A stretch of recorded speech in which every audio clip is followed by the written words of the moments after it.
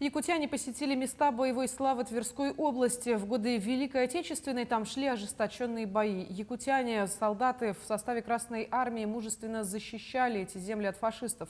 Многие с поля боя не вернулись. Сегодня почтить память якутских героев приехали их земляки. Подробнее в материале Айсены Бурнашовой. Урочище Холм-Березуйский – памятное для якутян место. Именно здесь снежной зимой 42-го проходила операция «Марс», где в составе 326-й стрелковой дивизии сражались воины из Якутии. Снег выпал и сегодня. Мемориал расположен на месте, где проходили ожесточенные бои. Именно здесь вели боевые действия. Вот за спиной там была какая-то деревня. Это был центр, сельский совет был до войны. После войны здесь ничего не осталось, ни захоронений, ничего. Поэтому было принято решение, что надо поставить мемориал.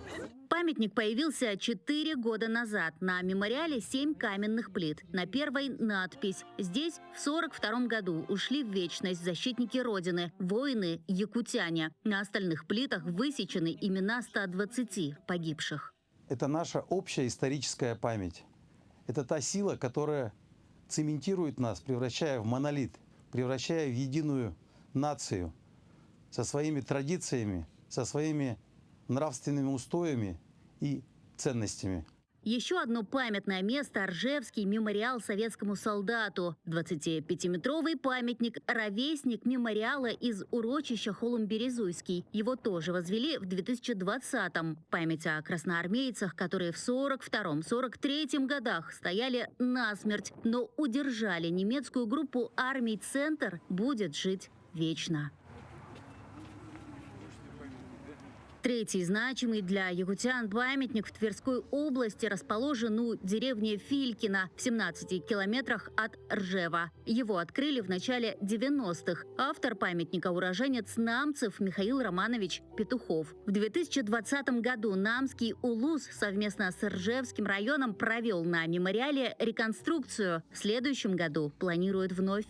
К 80-летию Победы еще добавить, еще провести тут совместный ремонт, работу и встретить 80-летие Великой Победы так торжественно, совместно. Ну, обещаю, приедем.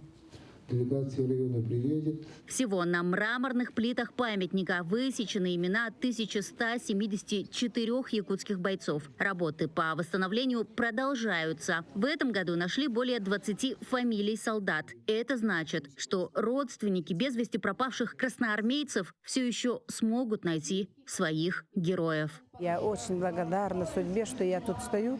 И мы даже не знали, и вот в этих плитах мы нашли фамилии наши. Вот я с сестрой Алексеевых, их там 6, потом еще новых, еще, кажется, находят. Да? Там получается 10 человек.